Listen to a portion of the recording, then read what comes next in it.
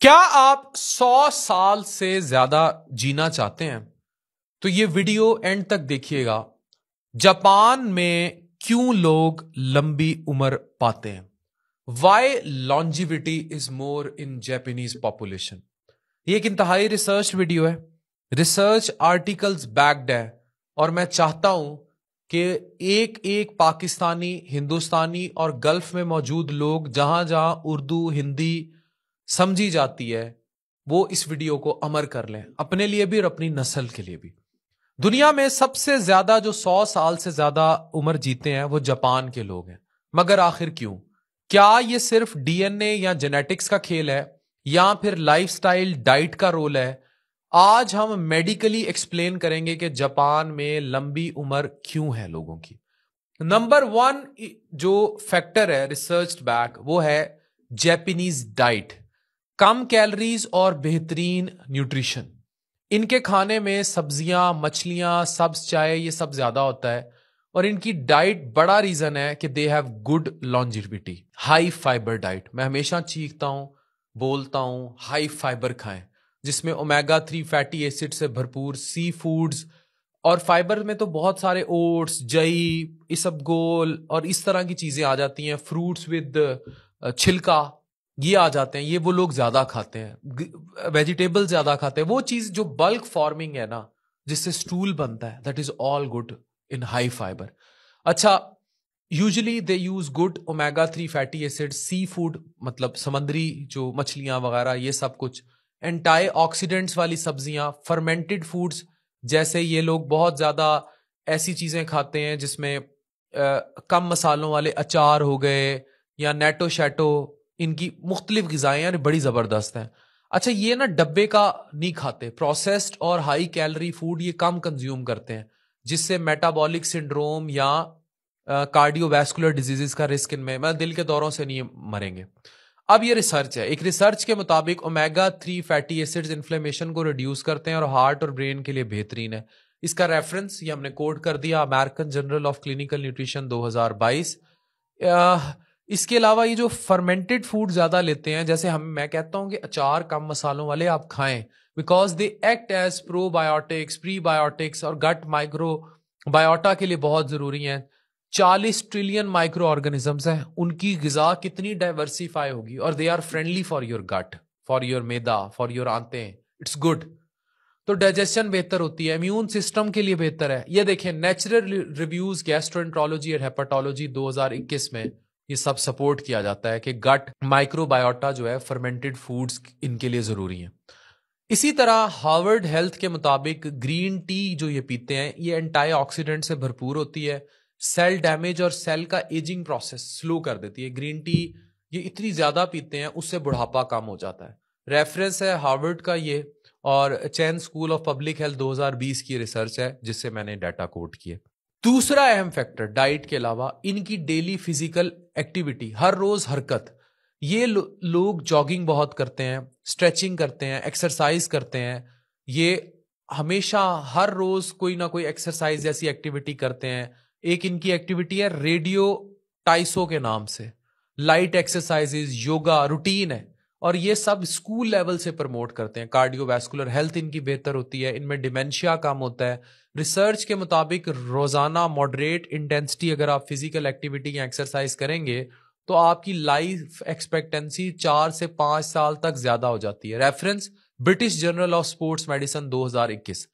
इसके अलावा aerobic exercises यानी ये जितनी स्विमिंग, साइकिलिंग, रनिंग, जॉगिंग, ये सारी मेमोरी लॉस और अल्जाइमर्स का रिस्क 30% तक कम कर सकती हैं। Reference journal of neurology 2022।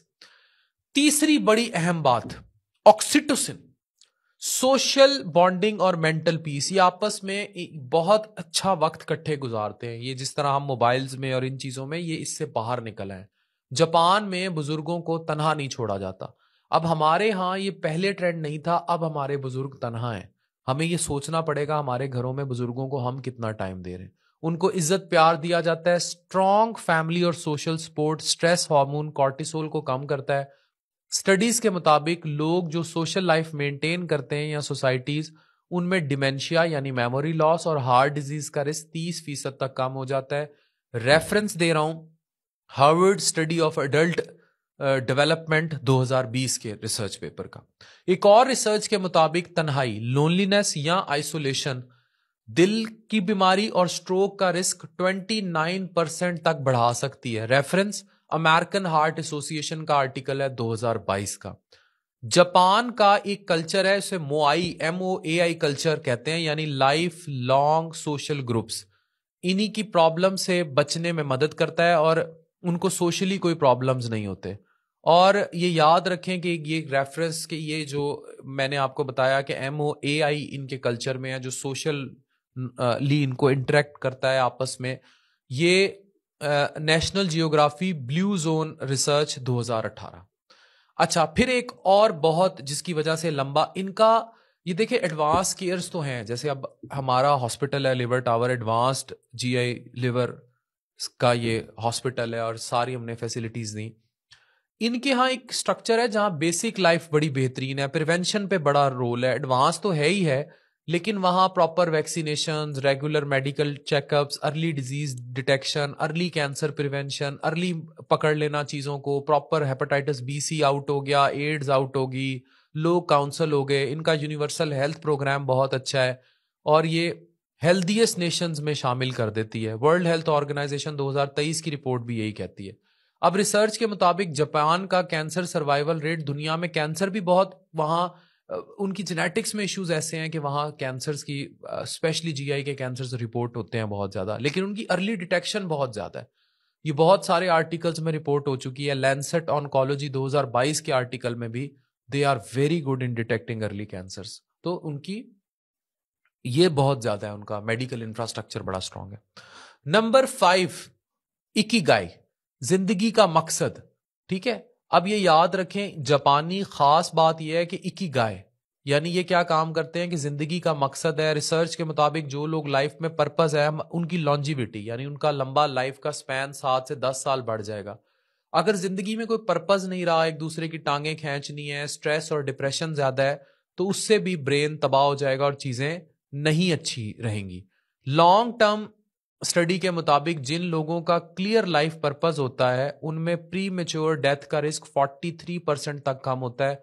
Reference coat कर रहे हैं जर्नल ऑफ साइकोसोमैटिक रिसर्च 2019।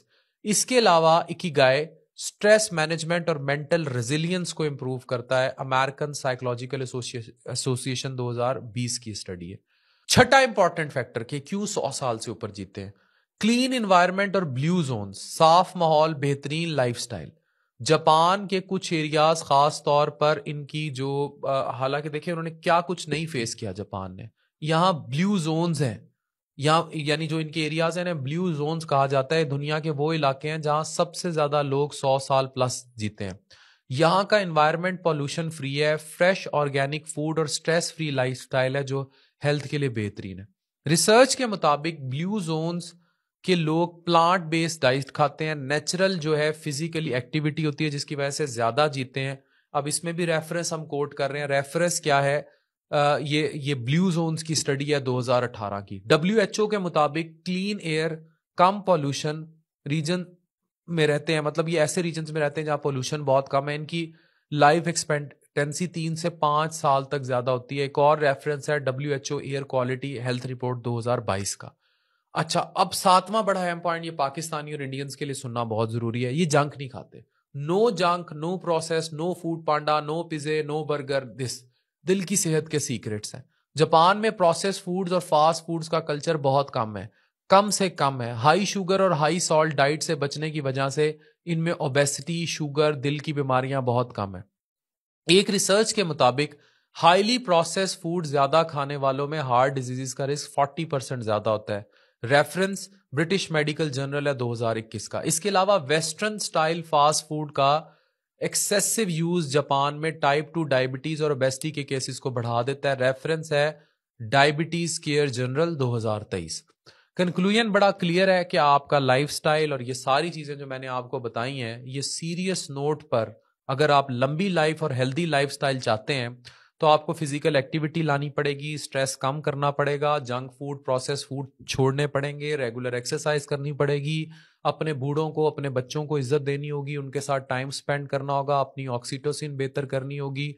और याद रखें, अगर आप जीना चाहते हैं healthy living and long life with good longevity, 50 साल का बंदा है, मोटा है, 20-30 साल से मोटापे से लड़ रहा है, क्या जिंदगी भाई आपने जी, अपनी जवानी बर्बाद कर दी।